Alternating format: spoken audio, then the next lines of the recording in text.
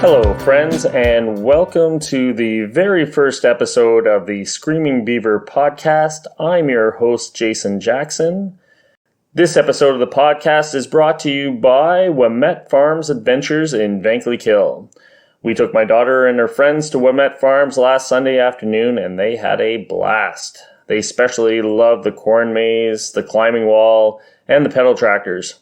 We picked up some pumpkins from the pumpkin patch and brought them home to carve up. If you're looking for something fun to do with your family this fall, Wilmette Farms is the place to be. My guest today is Hamish Cunning. We grew up together in the same town. Hamish was an outstanding athlete as a child and went on to play NCAA hockey.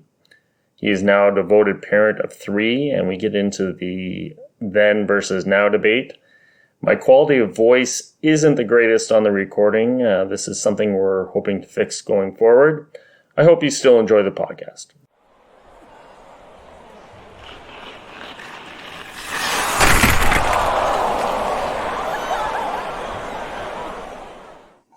How you doing, Hamish? Pretty good. Thanks for having me. Oh, good. We'll see how this goes. Yes. So we've been friends for quite a while. I think maybe Sunday school. Yeah, I would say going back probably 4 or 5 years old. Yeah. So we had a pretty similar childhood. You went to Pleasant Corners school and then BCI. Yeah. Yeah. On a scale of 1 to 10, how would you rate our childhood? I think our childhood was pretty good. Yeah. You know, good town. Lots of fun. So let's start with Pleasant Corners School. We both went there. Things were a little bit different back then than they are now. We played a lot of sports there. Yes, for sure. I've had 3 kids go through Pleasant Corners, and it's definitely changed since when we went, for sure. I know when I was there, we pretty much wanted everything. I don't know if our gym teacher, Mr. McCollum, had kind of set that up that way. I always felt that he kind of stacked the deck in our favors. Was it the same when you went through? Did you dominate that PCPS in all the sports? Or? Oh, everything. Everything, yeah. Whether it was soccer, basketball, track, like the dedication that man put into that school was unbelievable. Yeah, it's pretty crazy. He's got a book coming out. Were you aware of that? Yes, yeah, I am aware. I think I might have a little bit in there too. Good. Yeah. What kind of stuff did he ask you about? Just growing up, going to school there and high school and where I went after high school with hockey and stuff. And, we just asked for a little blurb and wrote them up something. Cool. That was it. Yeah, no, for those of you who are not aware, Mr. McCollum was our gym teacher, and we had intramurals every lunch hour, and if you missed a game, he would hunt you down and find you. It didn't matter if you were in detention. He would come and make you feel about 2 inches tall because you let your team down because you got detention. And not that I ever got detention, but... it was a fine line for me. Yeah. He just expected the best. Yes, he did. Always. Did you have drafts when you got to grade 7? Oh, for sure. Yes, that's still to this day one of the worst moments of my life. You were nervous going in? No. So he would bring up his top 10 draft picks. The rankings. Yes, your rankings. So grade 7, you go to school the first day, you're sitting on the gym floor, and he parades up his top 10 athletes, and you got picked onto one of 6 teams. What team were you on? Blue Knight. You were Blue Knight. I was a jock. And so they would go through and they'd start picking, and then he'd bring up his next 5 top prospects, and then you get down to the end, and it's the non-athletic kids that are sitting on the floor. So I look around, there's only 3 of us left. There's myself, Dale McDonald, who is a big lad, still quite a large lad. I think he's a power lifter now, and Dooley. And Dooley, for those of you who don't know him, not from Vankleek Hill, Dooley had some, what do you call it? Physical challenges. He had some problems with his hips. He was a little on the heavy side. Anyway, Dale McDonald went ahead of me, in the draft to Marcus Horner and the 49ers. Tug of war. Tug of war was a sport. Tug of war was a sport. That's what Horner told me afterwards. So, make you feel better. Yeah. So I was the second last person picked in the grade 7 draft. So to the Jocks, Jason Paquette saved me there. But there you go. Yeah. And they wouldn't be allowed to do that in today's world. Yeah, I know. It's it's horrible. Anyways, it put a chip on my shoulder for the rest of my sports career, and I like to think things turned out a little bit better than second last. So right, yeah. It wasn't the worst pick in our year because Andrew Allen, who was touted to go first overall to the 49ers, Marcus Horner picked Chuck Cormack instead. You know what? Chuck was a great cross-country runner. He was. Yeah. And Andrew didn't go first, eh? No. It was much to Mr. McCollum's dismay. Hamish was telling me he went first. I was also ranked first. Yeah, so it was good. Did you have any memorable highlights from PCPS or?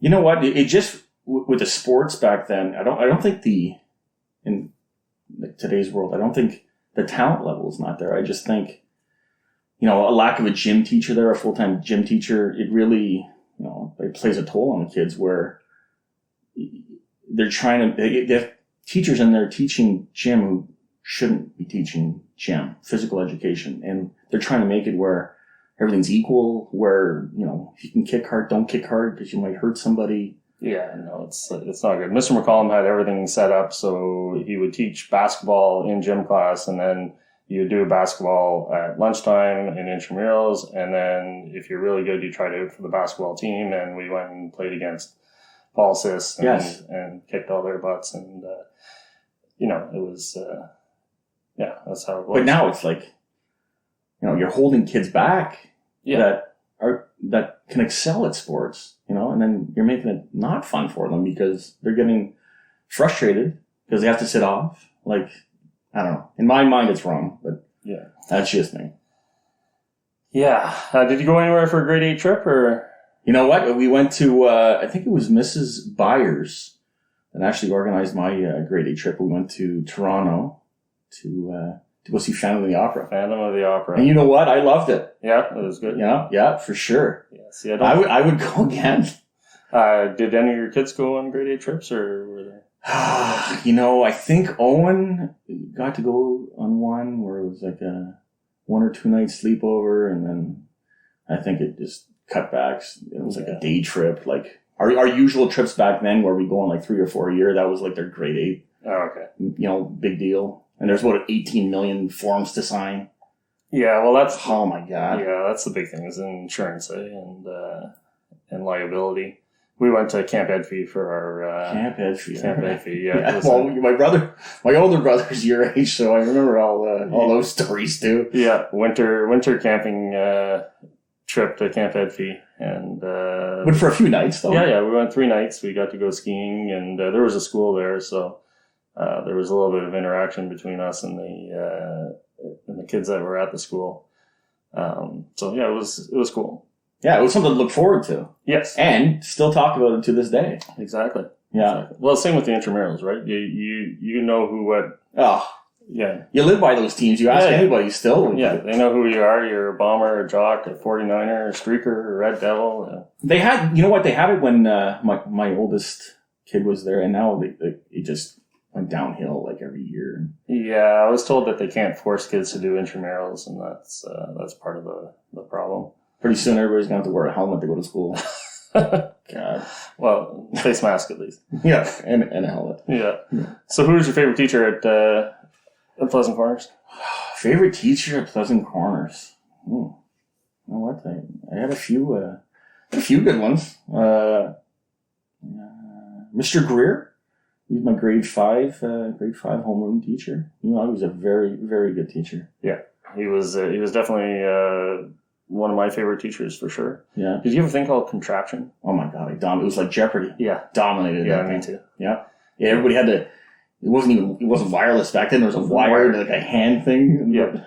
So John Rainey actually built that. Oh yeah. Yeah, Johnny. Light bulbs. There's light bulbs. Yeah. I always had the same. I was up in the corner, yeah, I remember Steve Beauchesne and I took on the entire class and beat them. Oh, nice. Yeah, we would dominate in contraption. Yeah. I was going to say Mr. Gregor. You know what? Mr. Gregor was another teacher. I had him too. He was tough. Like he was tough. He had a few stories about back in Buckingham. But he said it straight. Yeah. He took me aside one day. He goes, "You know what? You're going to do very well, but your mouth is going to get you in trouble. So keep it quiet." That was his advice to me. We had a rather large guy that had come from another school in our class. I won't mention his name, but he took him aside. Well, he didn't even take him aside. He was right in front of the whole class. He goes, "Told me stinks." Told him. So you know what? It sometimes should be told to people. You know. Yeah. No, he told him about deodorant. It's actually give the whole class the thing. You probably helped him out. Never again would he stink. Yeah, exactly. But you can't do that these days. No, I know. You better be a little more nonchalant. Yeah. What about your high school days? How were they? You know what? Like, I loved going to school, high school, small town, BCI. Yeah. It was great. I think grade 13 is something that students these days really miss. Yeah. I think we're sending them off a little bit too early, but again, my opinion. But yeah, I know, I agree completely. I blame grade 13 for the downfall of the Glengarry Soccer League. Yeah. You look back when we had grade 13, I think at the peak there was maybe 8 or 9 senior men's teams. Yeah. Nobody played U6. Like, you got out of U16 soccer and you went straight to senior men's, and you had a team to come back to after first year of university. Like, you were playing senior men in high school, and the teams probably wouldn't stack up to today's teams, but you had a more successful league, right? Yeah. It's even everything, like all the leagues where you have kids at that age where, they're looking for stuff to do because they're kind of in between, going out and, or staying at home and doing nothing, where they have something to do at that age. Yeah. Where it's whether ball hockey or... Well, exactly, yeah. I was thinking about ball hockey. Like that was our summers, 2 nights a week. 2 nights a week, yeah, exactly. Yeah. Not just one. No. Like Tuesday and Thursday. Like Tuesday, Thursday. 3 different time slots. And the stands would be, you would have as many people at our ball hockey games as the junior C get at their games. It was intense. Yes. It was a battle. And you had battlefield out there, your shins. You had your same teams all the years we ever played. The teams would change, but you'd have your young guys that were in high school and that were not very good. So when I was there, it was Wanlin Farms. Yeah. And then you had your older... We pumped them. Oh, yeah. Well, I was on the team. We pumped you. Yeah. So I remember on Wanlin Farms, we had 2 lines and we played bungee. I don't know if you were on bungee at the time. Mm-mm. But they Windsor Tavern. They were on the Windsor Tavern. So the bungee team, those were all the college guys, and they only had 4 players. Joey Kelly was playing nets with no equipment on, and I think they beat us 11-0. Yeah. They had McGillis on that team. They had McGillis, Horner. It was pretty stacked. It was a solid. We played them in the playoffs my first year, and we beat them like 1 game. It was the big article in the review that week, Yeah, the Vankleek Hill ball hockey league. Yeah, and then you had your older guys like Mark Mahan, Norm Sauvé. Those guys would have been Jalino too. So I think the team was Sun Life. Sun Life, yeah, and they were the older guys who get mad, who could beat everybody except for the bungee team. Like they'd have a good game against them. They would be in like full armor gear too. I remember. Yeah, full shin pads above the knees. And then you got your guys from Harrington come down, just wanted to fight. Yeah, I saw a few scraps too. I was pretty tiny back then. I wasn't mouthing too much to those guys. No, they're tough. Oh yeah, for sure. Remember the year they had the guys from behind the Kentucky Fried Chicken? Oh yes. They were actually the Ghost. Wasn't it the Ghost in the Bermuda shorts? Oh, well, he had bunnies, killer bunnies on his boxer shorts, and he could play though. Yeah, Joe Thoreau played for that team. It was I think it was the James Street All Stars or something like that. Yeah, quite the league. But anyways, it's too bad that the ball hockey's kind of fallen through. There's something else where it's just I don't know, just to get him out of the house and have him do something. So VCI, do you got a favorite teacher or? VCI. Let's go. You know what? He's a very eccentric teacher. I would go with Mr. Potter. Mr. Potter, eh? Remember Mr. Potter? Yeah, the English teacher. I think he taught my mother too. Yeah, and you know what? Mr. Gregor taught my mother too. Oh, really? Yeah. Yeah. Oh, yeah. He was you didn't hold anything back. Nope. No, if he didn't like you, like he would tell you or ridicule you in front of the whole class. You had a zit on your nose. He'd be like, "Oh, can you read that? Can you read that paper? Is a zit getting in your way?" Like he'd be so offside these days. But, no, but he was a good teacher. Oh yeah, I remember. You know what? I got a story. With Mr. Potter. All right, let's hear it. I remember one night. It was like it was a Thursday night, all you can drink. Remember the Love Knee? Remember that? Did you ever go there? Yep. Anyways, it was an all you can drink. I went out with a couple of buddies, and for some reason, it was like $10 all you could drink. For some reason, I thought it would be a great idea to drink like Caesars all night. Like Caesars, it's okay for like a morning drink, but I must have had 10 to 15 of these. And then me being a tough guy, I got home, I don't know, 3, 4. But we had class the next day. It was Friday, so I'm like, I can do it. So I go to class and get speeches, but I knew all I had to do was sit there. It wasn't my speech day. So I'm sitting in the middle of a speech, and I feel like I'm sweating at this point. I'm swallowing. I'm like, I can swear on the show, right? Oh, yeah, sure. I'm like, oh, shit. I'm like, I'm going to puke. So I'm like swallowing. This middle of the speech, I'm like, finally, I couldn't do it. I was going to puke, so I get up out of the class into the bathroom, right in front of the gaff. Like, it was in the bathroom. So I waited until the class was over. I go back in. He's there, waiting for me, staring at me. He looks at me like, don't you ever leave my class without asking again. And look at him, I'm like, I'm sorry, Mr. Potter, I was just feeling a little underneath the weather. Like, I had to go to the bathroom. He looks at me, he's like, why don't you go home, take a shot of Crown, and go to bed? I look at him, I think I've had enough, sir. And that was it. Never said anything more. Oh, yeah. He would disappear in the middle of class and go up and smoke cigarettes. I just rip a dart. Yeah, up at the corner at Slobs. 3 puffs, maybe 2. Yeah. Mr. Potter. God rest his soul. Yeah, he passed away. Yeah. I'd have to go with Mr. Vadan for my favorite teacher. Oh, yeah, for sure. Yeah. A lot of my best childhood memories, Bob Vadan was right there. Trips to Australia, basketball tournaments. He was my hockey coach every second year. Yeah. Jeff would catch up to me, and it was good. Great gym teacher, too. Yeah. Things were organized. Oh, yeah. Yeah. They didn't jump all over the place where you're playing dodgeball one day, basketball the next. Pickleball the next day. Like, things were, organized. But you know what, though? He got students from, even PCPS who were, like, finely tuned athletes at that time. Yeah. From Mr. McCollum. Yeah. Exactly. Like, not taking away anything from Mr. Vadan. I'm just saying nowadays, like, they get there and like, they can't even dribble a basketball. Yeah. That's, for sure. Like, our basketball program at VCI was phenomenal because you had products of Sid McCollum coming out. Oh, yeah. Yeah. You were at a certain level, That's something we're trying to do. I run a sports club here in town, and we're trying to bring some of that back. We won't be able to bring it back to the same level that Mr. McCollum has, but trying to get kids the basics. We focus on basketball for a month, and then we go to a different sport. And but that's a lot of time out of your hands too. Like. Yeah, I enjoy doing it. I feel it's important, and I realize that my kids can't. They won't get it unless you do it. But that's right, and they won't be able to. Even if I do it for them, they need a whole bunch of people to play with. One person doesn't make a team, so I need to coach up enough kids that I can actually have a team for Haley and Piper to play on. Yeah. So I started. Good on you.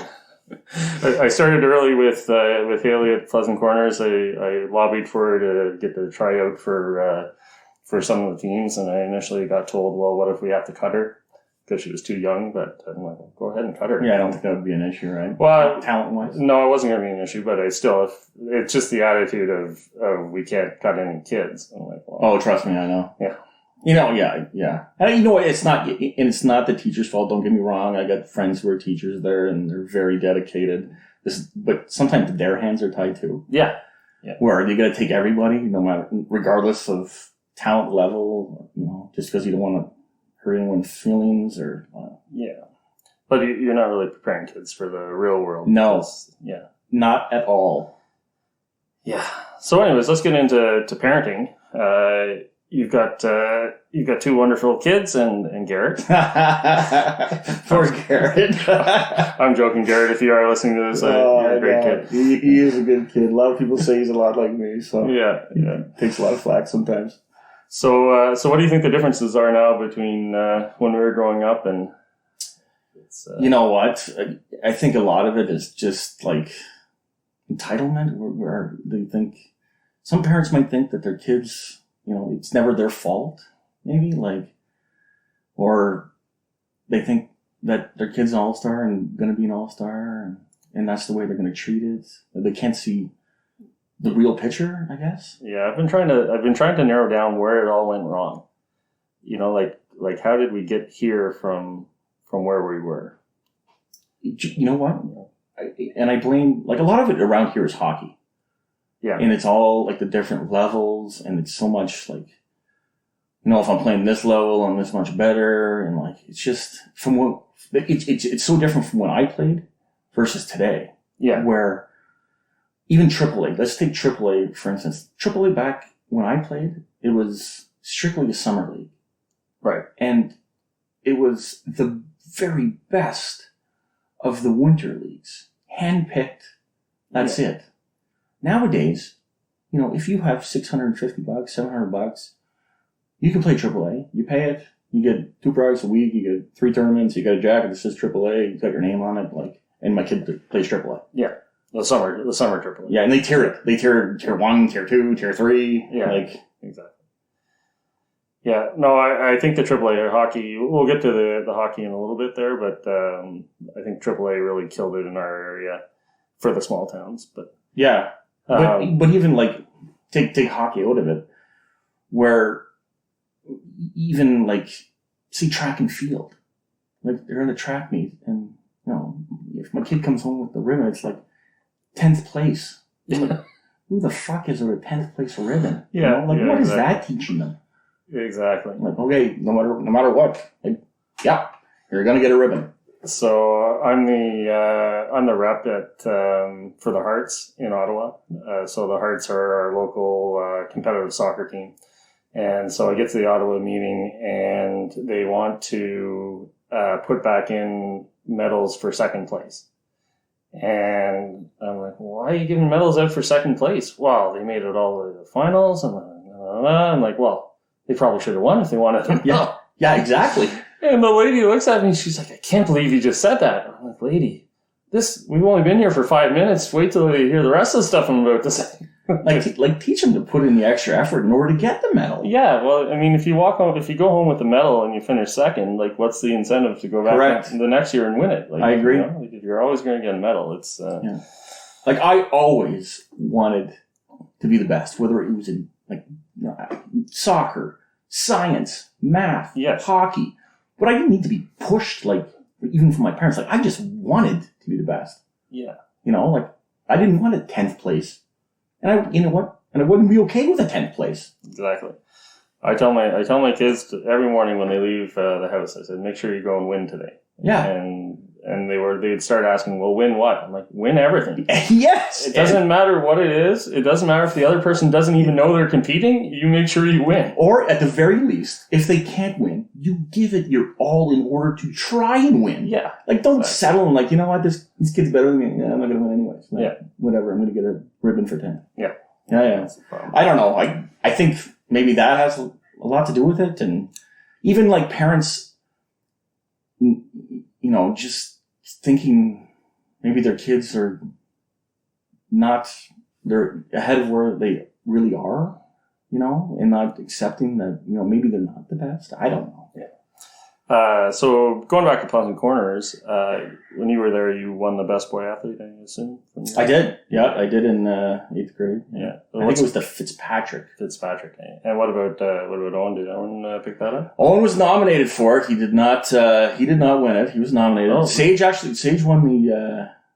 won the best girl athlete. Not Burwash. The Burwash Trophy. Yeah. And then what happened with Garrett? Oh, don't get me started on this one. I want to get you started.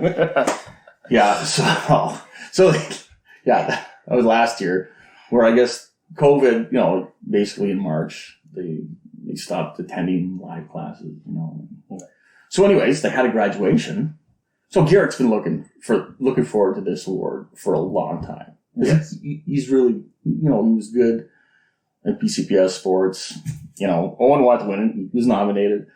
Sage won it, so Garrett's Garrett. And Garrett's not as good in school as the other two. So far in high school, he's doing really well. Okay, good. So he was looking to win this. So, I'm watching the virtual grad. We're going through all the awards. You got the science, the math, French is second language, whatever, the French. So then, next thing you know, it's ended and there's no best girl. There's no, top girl athlete. There's no top male athlete. I'm like, what the fuck? So after I'm like, wait, did they forget? You just can't skip a year, Yeah, exactly. It's been every year since, 40 years. Yeah. So anyways, I look into it, and I guess the reason that I got was, because it wasn't a full year, we didn't have all the sports that they couldn't give it out. I think to myself, I'm like, a full year of fucking math, but you gave the math trophy out. Exactly. And what if you're brutal and, subtraction and division in the second half? It's the same thing as fucking track and, dodgeball. You didn't get those, but you dominated the first two. I'm like, so you just flat out don't give these trophies out? I couldn't believe it. Yeah. Wasn't there some controversy at Sage's grad too? They would only give one trophy out to a kid. They wouldn't give them multiple trophies or something, or. They share it. They don't want to make anybody feel bad, so they spread it out. I'm like, oh God! Back in my day, if you got a guy dominate or a girl dominate, you win 5. Yeah, you won 5. You deserve 5. You get 5. Yeah, Haley was all proud for Sage because she said Sage's name's going to be on my trophy. She's already pinned herself. See, exactly. Can you imagine when she gets there, they don't give it out? Yeah, she'll be pissed. Yeah, no shit. Yeah. Yeah. Oh, they shared it. Even Sage won it with him. They shared the trophy. Not even just one winner. They shared it. Okay. Well, everybody gets a trophy. Everyone gets a trophy. Yeah. 15th place. Here's your trophy. Yeah. Great. So, what's high school life like for the kids? Are they similar to what we did, or things change now? You know what? It has changed a bit. Where I feel that. Technology and electronics and gaming is just, it's the next level compared to what we had. Everything's online now. Yeah. Where they're playing with their friends, but they're playing, in front of their monitor, and gaming. Yeah, Fortnite. Yeah, I call Owen Leroy Jenkins. There's a skit. If you ever look up Leroy Jenkins, anybody listening, some gamer. When he gets out of control, I call him Leroy Jenkins. Oh, yeah. But that, back in our day, that's what I'm saying. When you had more stuff to do, ball hockey or a basketball, extracurriculars, anything to get out. Or even to go to bars if you're of age, of course, to go out there. But it's a different world, So do they go out to bars now? Is Owen going to bars or? Complete the fifth now. Well, I don't know. No, I hope if he does, he's responsible, and I always stress that no matter what, so you never get into it. Yeah. So when we were kids, stuff, when we were kids, we had the long suit, right, which was a dive bar across the border in Grenville, and what was the old lady's name? Madame Dubois. Yeah, she would Madame Dubois and Nat. Yeah, so Madame Dubois would sit in the corner with her police scanner. Oh yeah, and listen to see waiting. Waiting to see if the cops are coming, and then she'd kick all the underage kids out of the bar and send them home. Yeah, I think she used to drink half and half. I think it was X and tomato juice. It was just oh yeah, she sat in there. I used to go there underage for years, and then finally I turned 18, showed my real ID, and I'm like, what? Yeah. One time I ordered pork tongue there off of Nat. Nat used to be the waitress, the bartender, barmaid. Yeah. And I ordered pork tongue, and she puked right outside after serving it to me. Oh, very salty. But I took it down.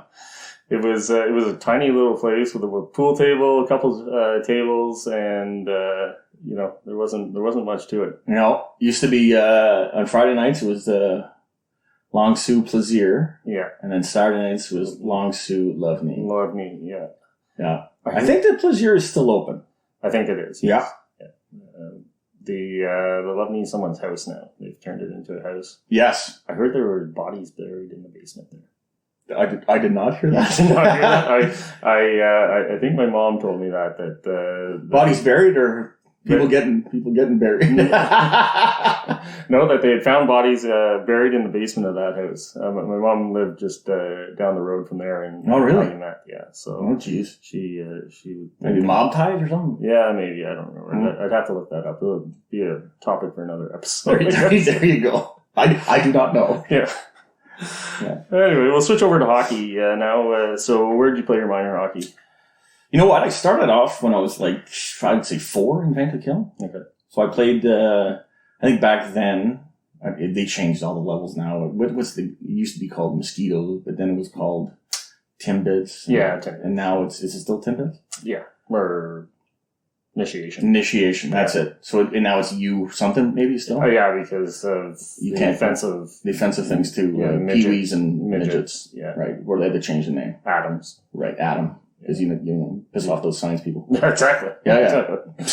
So anyways, I played I think the first 4 or 5 years here. And then the first year that it was competitive was available to me, I played competitive for the next 6 up until I played junior. Okay, so where was that the South Nation Chiefs? You know what? Back then it used to be South Nation Chiefs, but when I went, it switched to Cumberland Barons, which was AA at that time, which was the highest you could play at that time because AAA in the winter didn't exist. Okay. Did you ever play with anyone who made it anywhere, or? From back then, in my AA days? Yeah. A lot of them would have played like OHL stuff. I think for D1, like I played D1. I don't know if there's anybody on that team that actually went D1. Like I know Derek Duval played with Derek Ryan. Had a pretty good NHL career there. Yeah. No, I think I have a GM at Barrie right now. I used to play with him and Jason Ford. Good guy. Yeah, so like that's something that I think is killing minor hockey right now. So when we were kids, we had 2 years of, say, let's take Pee Wee.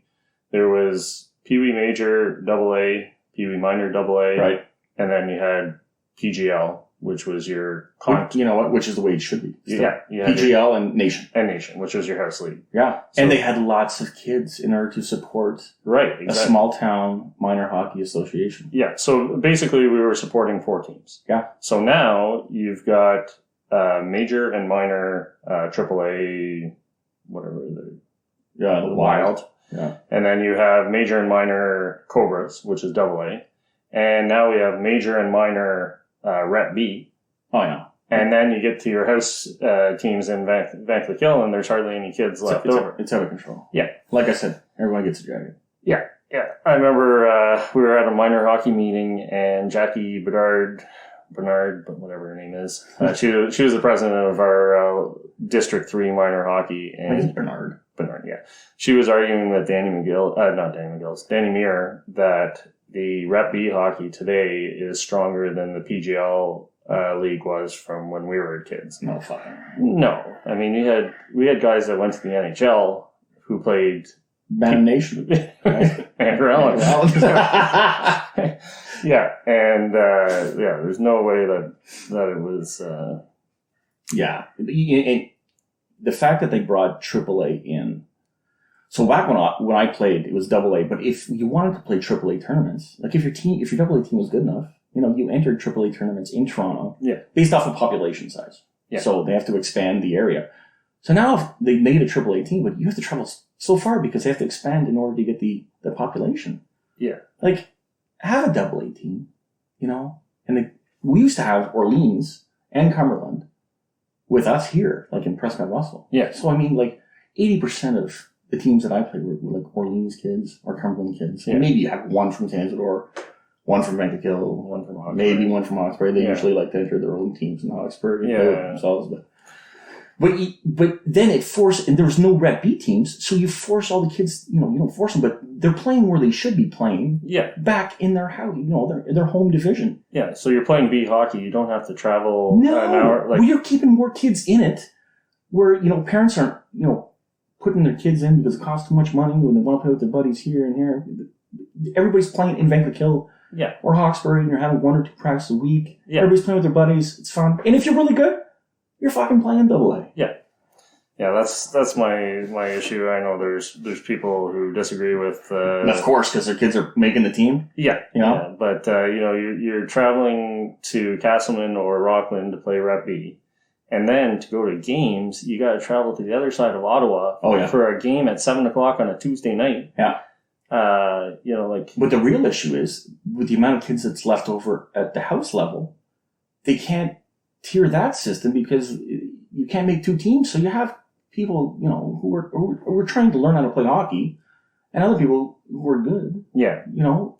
And just don't want to put in the traveling. And then you're frustrated with trying to, have practices where somebody can't catch a pass and somebody's, deking everybody out. Yeah. Like, you just don't have the kids to do it. Yeah. So you're combining organizations now, Hawkesbury, Vankleek Hill. Yeah, so I've been pushing for years, probably for the last 4 or 5 years, for us to join District 2. So District 2 is Alexandria, Cornwall, Charlotte, Williamstown, or no, that is Charlotte, Maxville. Like a forum, basically. Yeah, so the travel is actually less than traveling. This was when we were playing against Cumberland, so every second one of our away games was in Cumberland at Ray Friel. Oh, yeah. I lived there Sunday nights. Yeah, so you would actually travel less. Their rep teams are a minor major combined team. So they only have one, like when we were kids, the PGL was minor major combined to make one team. Right. And so that's how their rep teams are set up. And that way you would be able to have rep for the rep kids in our area rather than having to drive all the way to Rockland or Castleman. And they don't have really city teams. Like for me, Castleman, Embrun, Rockland, those are all city teams now. Like the average household income in Rockland is like $95,000. And in Vankleek Hill, Hawkesbury, the average household income is lowest in Canada, like $52,000. Thank you, Hawkesbury. Yes. So just because Hawkesbury has 10,000 people in it, they don't have 10,000 people who can afford to play hockey. I love Hawkesbury. I take it back. So it makes it very difficult. Whereas Alexandria would have similar problems that we would have, and so when you go to vote on something at the district level, you kind of have a foot to stand on. Everybody else has the same sort of problems. Yeah. But anyways, that's here nor there. I think my daughters or Haley's going to play girls hockey next year anyway, so I'll be complaining about that instead. Yeah, I don't know. I just even with kids hockey these days, I it's just like one sport. The parents are putting them in hockey year round now. Yeah, like it's just like put them in something else. Yeah, exactly. Like if they're that good, they're going to be that good. Yeah. Yeah, Mark Mahan told me that. He's like, if you want your kid to be a good hockey player, put them in something else in the summer and give them the summer off. Don't have them playing hockey 12 months a year. That's it. Give them a break. Yeah, Mark Mahan, for people who don't know, he's from Vankleek Hill. He played pro hockey in Europe. He was a coach of the Japanese national team. He's a GM in Germany now, I believe. I think so. I'm not sure. And he played for Sun Life ball hockey. He did play for Sun Life. He played for the Hawkesbury Hawks, played for Concordia. He knows his hockey, so I'll take his word. If I should not be putting my kids in hockey 12 months a year, I won't do it. So you coached the Hawkesbury Hawks a little bit? Yeah. A few years ago, I was assistant coach for them for, I would say, 4 years, maybe. Has it changed? Has junior hockey changed much since you were there? What? It has. It's more of a business now. Okay. Where when I played, it was, you didn't have to pay to play. Right. But, things are a lot more expensive now, too. Like, I used to use, Coho wood sticks. Yeah. That were, $20, maybe $15, $20. But now, sticks are $300 plus. Yeah. So, I guess some things, have to be justified in order to pay and to cover some of the costs. But I feel like it's becoming more of a maybe a rich man's sport at the junior level. Yeah. Where it's kind of like skiing. Like skiing's, it's expensive too. And now junior hockey, it's expensive where a lot of the recruiting, you're recruiting kids out of the States who went to prep school or used to paying like $20,000 a year, and they come up here and like, oh, it's only going to cost you, I don't know, 5 to 8. And they're like, oh yeah, what a deal, Yeah. Back then, I used to get gas money and to go to practice. Exactly. Are they school-wise? Are they into school? These hockey players? Hardly any of them. Like they're signing older kids where they're already done because there's no grade 13 anymore. Yeah. So these kids are they're done playing and they're just hoping to get a full ride, full athletic scholarship to the States. So they're going to play out their 19 and 20. But they work out, they practice every day. Play NHL. They're in NHL 21. They're gaming a lot and they're in great shape. And you know what? It's fast hockey. Like they're in a lot better shape than I ever was playing. It's quick. It's not as physical as it used to be. No, it's not. And the fighting's way down too. Yeah. But it's fast though. Yeah. And they sign more kids where there's like healthy scratches. I don't think there was healthy scratches back when I was playing. I think you just, you had, your 4 lines, your 60, your 2 goalies, and I think that was it. Yeah. Now, you have a full line in the stands, you got an extra D in the stands, and when you have everybody healthy, it's tough on a GM or a coach to keep everyone happy, especially when they're paying. Yeah, exactly. Exactly. Back when I was playing, if somebody get hurt, you use your junior B team. Call up to the stud from there and shoot them into your lineup. Exactly. I actually went to see one of these renegade leagues. A friend of mine from can't remember where he's from. But anyway, he was coming down. He billets these kids, and they're called the Rockhounds. Is the name of the team. Okay. And from north of Peterborough. And so they come down, and these kids are from everywhere: Russia, England. The goalie was 5'4", and he was from Colorado. And these parents are paying huge money for them to come, and they're billeting at his house. And I can't remember what he told me. It was $40,000 for them to come and to play in this renegade league, and they were calling it Junior A. Yeah. So they were claiming it was Junior A. Yeah. So I watched the game. Honestly, I think our Junior C Cougars would wipe the floor with them. It wouldn't have even been close. But those parents can say that the kids are playing Junior A. They are playing Junior A. They're coming from Slovakia to play. It was, and the fans were, the stands were packed with kids who were healthy scratches. There was also paying. Yes, there must have been 10 kids in the stands that were healthy scratches for the game. It was just crazy. There's so much. So many people are just, taking advantage of the fact that their parents are going to do it, Yeah. Whether it's training in the summer and... So you got drafted? Did you get drafted to Ottawa, or how'd that work? You know what? When I was 16, I played... when I was 16, I got drafted out of Major Bantam AA. I got drafted to the Hawks, actually. Okay, so in the 4th round. Yeah, so they did draft me. And then, so I went to camp. I was young. I was a defenseman, but I was skinny back then. Yeah. I grew into my body now, but I was skinny back then. So I went to camp.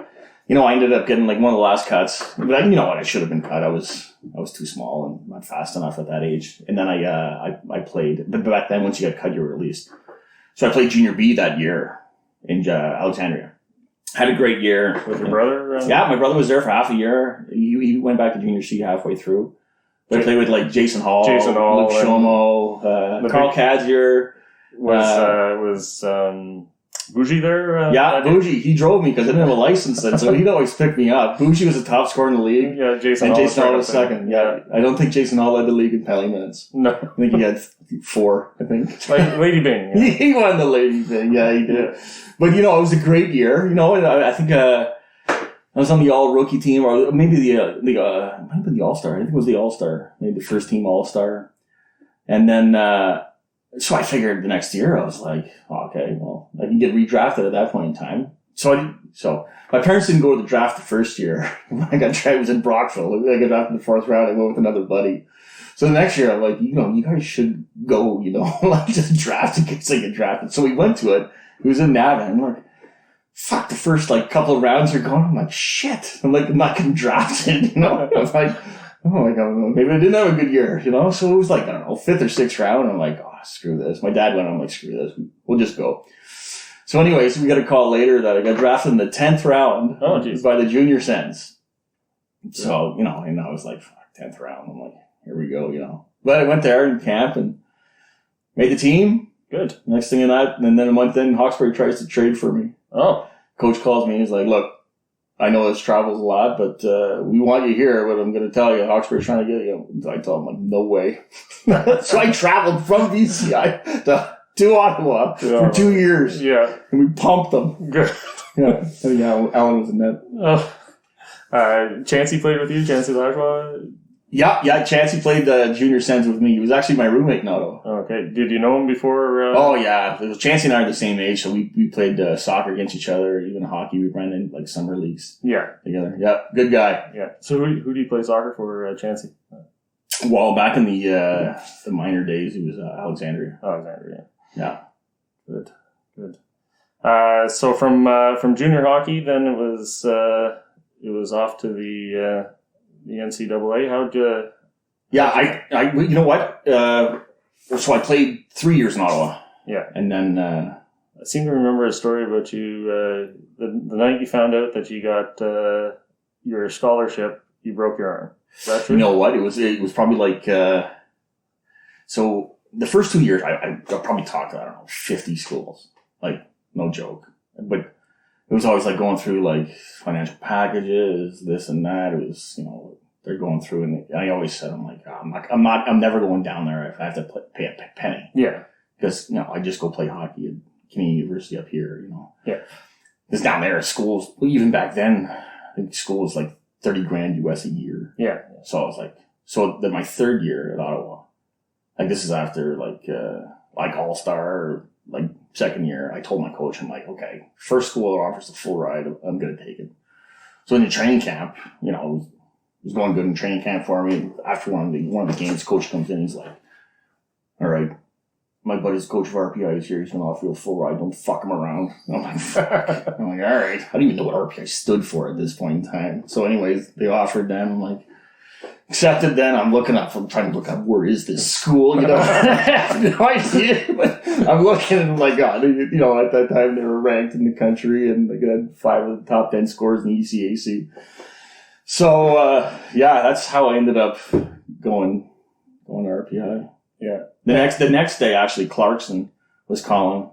And Clarkson was a school I really did want to go to, because I knew where it was. I used to watch them, but you know what? It worked out. It worked out well. So good. And did you break your arm that year? You know what? That's what I was gonna do. Probably a week later or 2 weeks later, I did break my arm. So thank God. Yes. And they honored it too. I never officially signed until I went down, but they were still good and good. Signed, sealed, delivered for 4 years. Good. And so did you have to get in shape to go down there? Or? You know what? I could probably say that I played to the fullest of my natural ability for the longest I could. Yeah. Without working out, my working out was usually, playing ball hockey 2 nights a week and then, drink 5 to 10 beers after. go pitch bales all the next day, 10 loads in the field for my dad. And then the next day I'd be unloading those 10. Yeah. Well, the last thing I wanted to do was go to the gym after, 30-degree heat and putting up 1,000 bales. Yeah. So yeah, I probably should have worked out. Usually what happened was, 2 or 3 weeks before the start of the camp down there, I'd make myself run and basically kill myself on County Road 10. Yeah. Huffing and puffing, but I always finished in the middle of the pack down there. Well, that's good. That's where you want to be. Yeah. You don't want to stand out. Yeah. No, I probably should have put in more. So any kids listening, you should work out.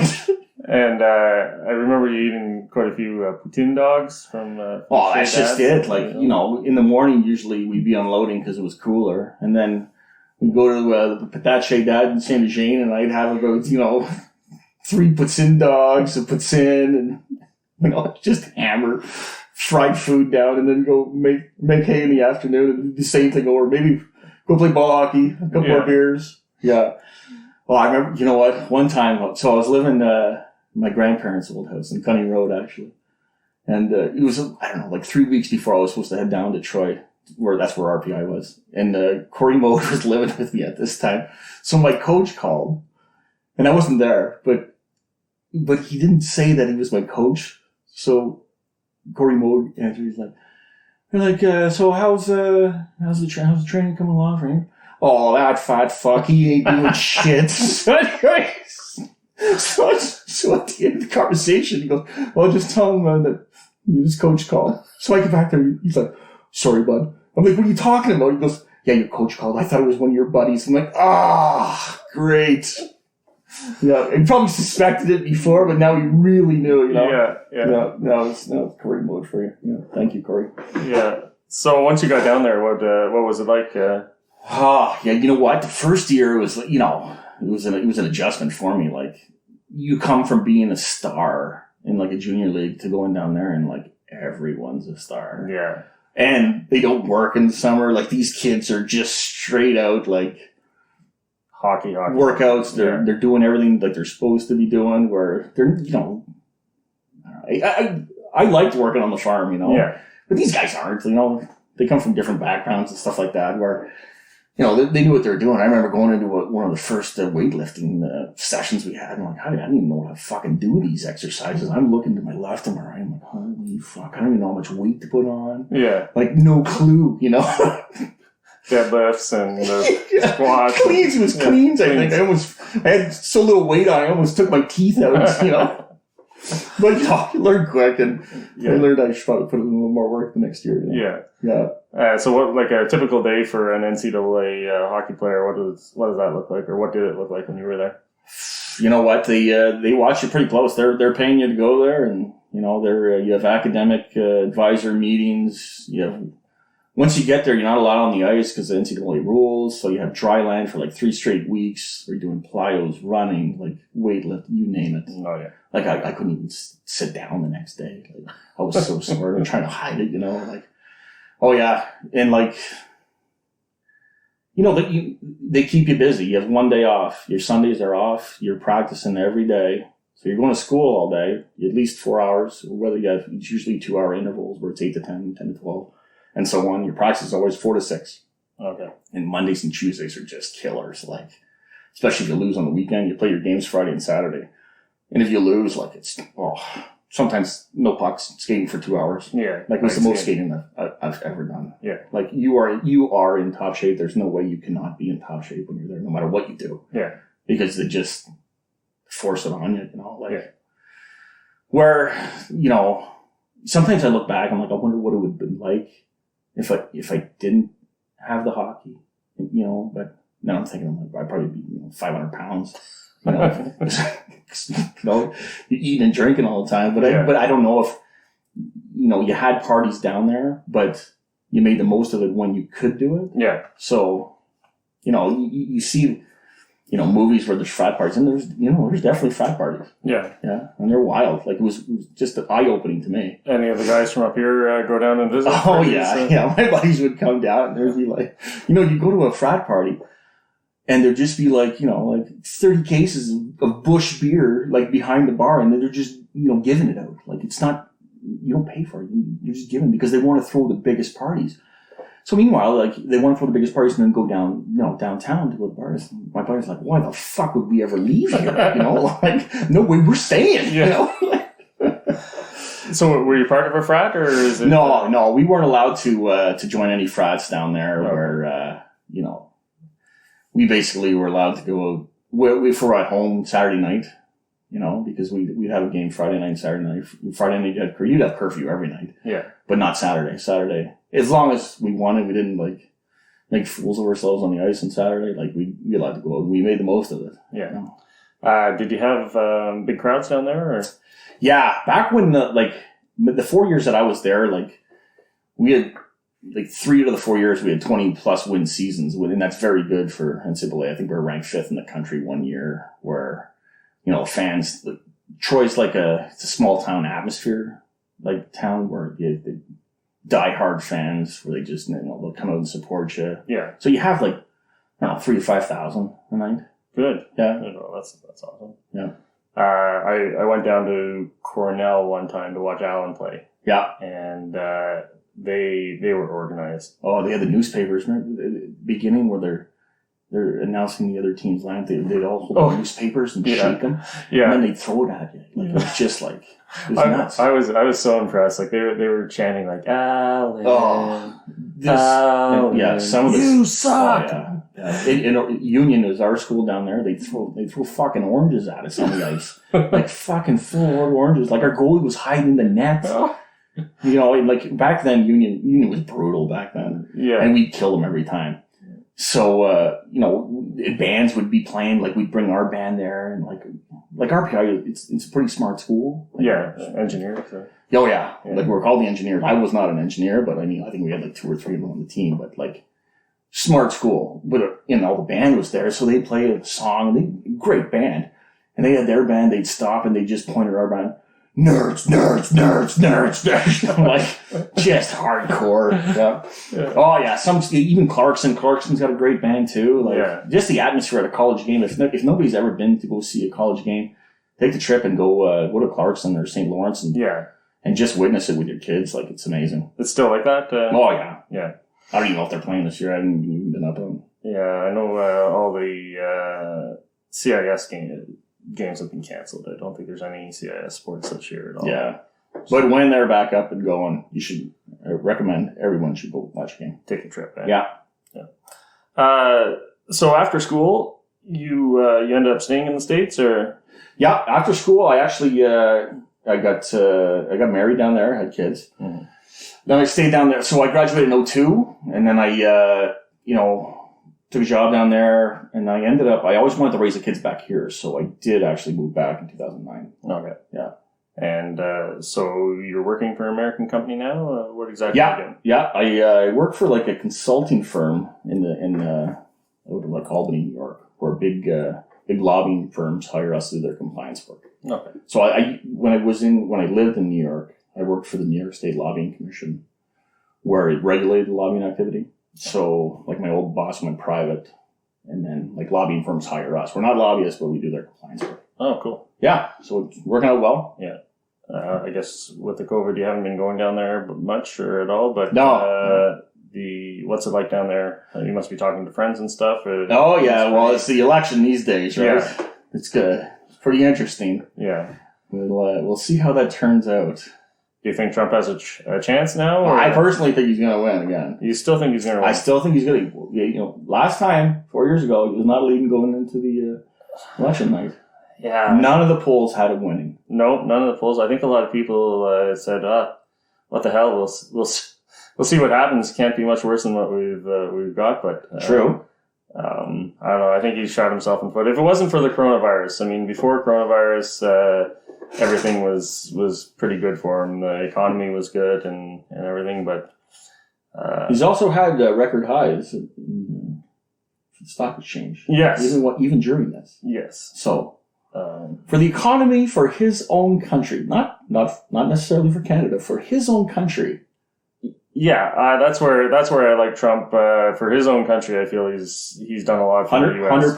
100%. Much better than what we have up here in Canada with Justin Trudeau, who only seems to care about other countries. And you know what? And that's kind of my point with Trump.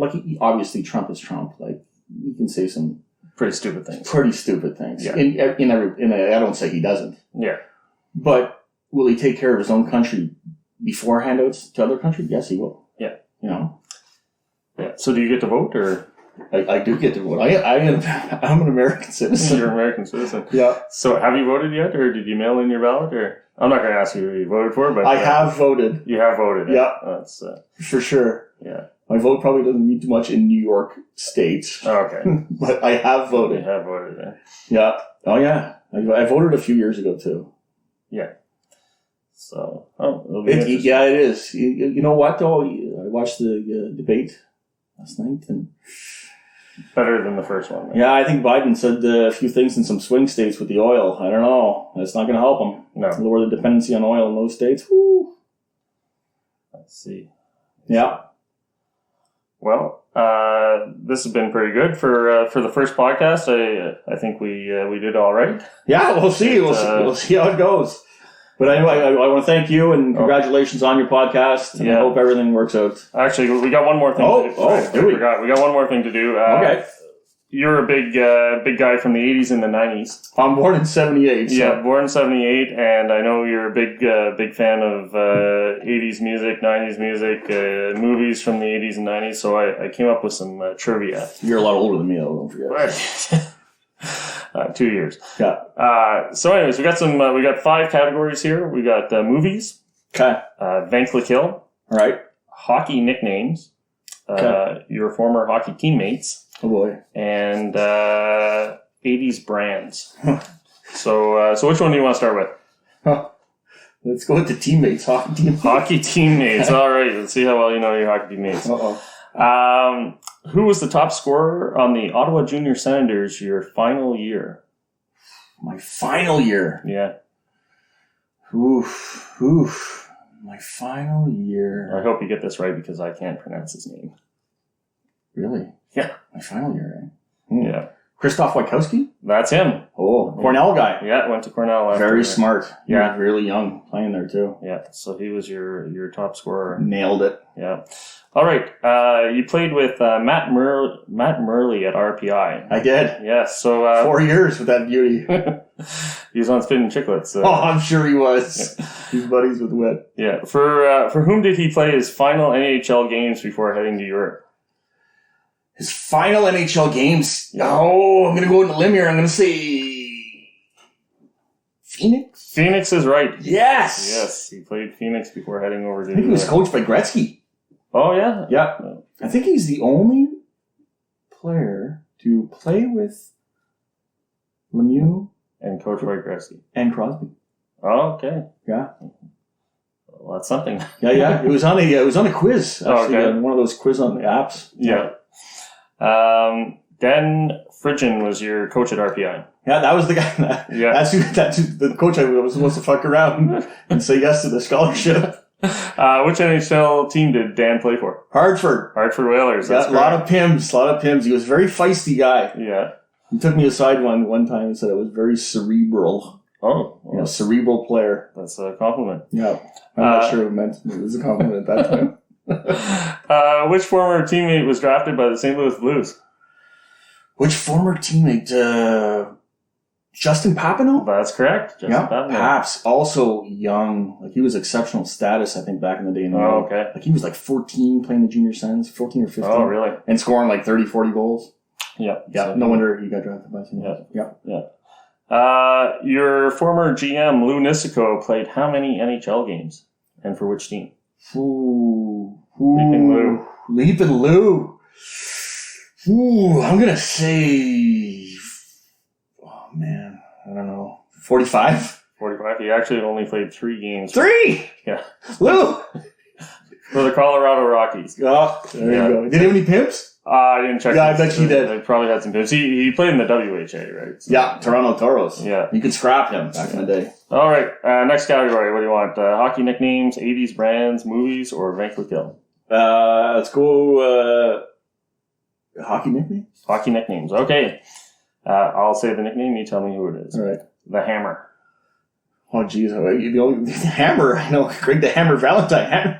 The Hammer for 80s and 90s hockey. The Hammer. Hammerstrom?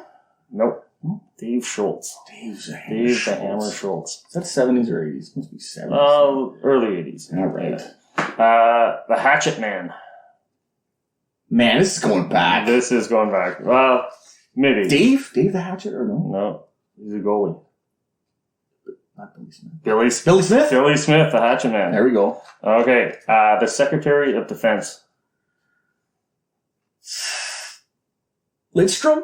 No, Washington Capitals. No helmet. Rod Langley, that's right. All right, this one you get. Red Light. Oh, Rasico. Andre Rasico. Yeah. All right. Montreal should still have him in that. Probably do better.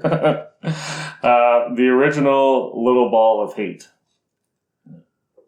Brad Marchand has been called the Little Ball of Hate by the president, I think, Obama a few years ago. But this is the original? Yeah. Would it be like a little fireball? Or would it be like a little rat, maybe?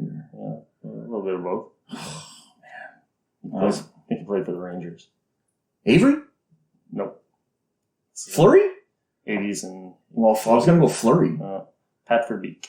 Pat Verbeek. Did he play for the Rangers? Or the Vancouver Canucks? I can't remember. I think he played for Hartford at one point. Yeah. All right, so that's hockey nicknames. We got movies, Vankleek Hill, or 80s brands. You know what? You go with whatever you want to ask. Okay, Vankleek Hill. Okay, there we go. Okay, who once weighed in at 465 pounds at the Vankleek Hill sale barn? Wow. What year? In the 80s. In the 80s? Yeah. It can only be one. Earl Kwan? Earl Kwan is right. Yes, yeah. Earl Kwan. Constable. Yeah. What business was in the Vera Fourchette building when we were kids? Oh, you know what? I think Video Bite used to be in there at one point in time. Yeah, I think Heather Connors was running it. Yeah. Am I right there? Was it Heather or Susan? It was Susan. I can't remember. It was Susan. I don't know. What else? That was only for a short period of time. Yeah, I know. Something else. Oh, you know what? Was it a computer store? Computer Works. I bought a floppy disk in there. Yeah. Computer Works. Yeah. I bought Montezuma's Revenge. Yes. Yeah. Yes, a floppy disk game in there. Yeah. You go in, buy a floppy disk, and you copy it for Scott Hepburn. There you go. What restaurant had a Saturday night Chinese buffet? Howdy's? Was it Howdy's? Close. Canals? Just a little bit before. Yeah. Canals. Well, what was in between those two? Canals and... Shea Big Burger? Shea Big Burger, that's right. I know my fucking restaurants. You know your restaurants in town, yeah. Okay, if you wore yellow in the Vankleek Hill Minor Softball League, which two teams could you have been on? Oh, yellow. Yellow. Always yellow. See, I only remember Baby Blue. What was that, Starcroft Farms? Starcroft Farms, man. Yeah. Well... You must have seen some of the teams you played against. I didn't pay attention to any other team. Wait. Let me try and guess here. Yeah. They were both clubs. Vankleek Hill Gun Club? No, they were usually black. Lions Club. The Lions Club and the... Oh, man. Another club. Knights of Columbus? The Optimist Club. The Optimist Club. Yeah, they were both... okay, last question on Vankleek Hill. Which Vankleek Hill hooligan once hid from the cops on the top of the water tower when we were kids? Huh. Is he your age? A little bit older than me. Rodney McLeod's age. Rodney McLeod? Oh, jeez. I don't know. You don't know? I don't know. Chris Aaron. You know what? When you said hooligan, I was going to go less hats. He pulled some pranks back in the day. He did. Classic pranks. I do hope to have Les on the podcast to talk about the Birdman pranks that he pulled. Yep. But yeah, that's again a topic for another podcast. Let's go with movies now. Okay. Which two Back to the Future characters saw their actors change for Back to the Future Part 2? So two of the characters were played by different actors. Two of the characters in Back to the Future 2 were different from the first one. Really? Yeah. Must have been the girlfriend. The girlfriend was one. Elizabeth Shue replaced Claudia Wells. And the second one was a main character. Biff? Nope. The mother? Back to the Future 2? Yeah. Really? George McFly. Oh, yeah? Yeah. Jerry Wiseman replaced Crispin Glover. I make my kids watch that trilogy. Yeah. It is one of the best trilogies. It was. That's why one of the only scenes with George McFly in it, he's upside down. Okay. In the future there, and that's so you won't notice that he's a different actor. Huh. I learn something new every day. You do. Let's come on the Screaming Beaver podcast. Learn new things. What movie was Lieutenant Pete Mitchell a character in? Oh, there's a remake. There's a sequel coming out, isn't there? That's Top Gun. Top Gun. You call sign? Maverick. Maverick. Yeah. Exactly. My favorite movie of all time. Bringing Goosebumps? I don't think so.